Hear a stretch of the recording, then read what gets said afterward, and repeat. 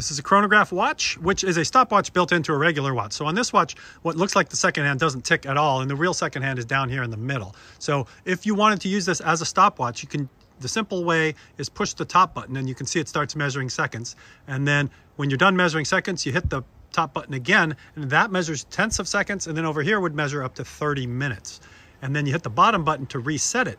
But if you're running laps, you can hit the top button, and then once you've ran your first lap, you hit the bottom button like that, and then you write down your lap time for the first lap, and then you hit it again, and you see it jumps ahead, so you can measure the second lap, and so on.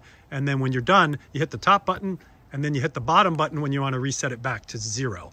And then these numbers on here, if it says tachometer on it, you can see if it goes 60 seconds and you're measuring somebody going around a 1 mile track, then that would be 60 miles an hour. So that's units per time. So if there was a 1 mile track and I hit the button, and then after 1 lap, I hit it right there, that means the person was doing 300 miles an hour. So that's how you would use the tachometer feature if people were running 1 kilometer or 1 mile laps.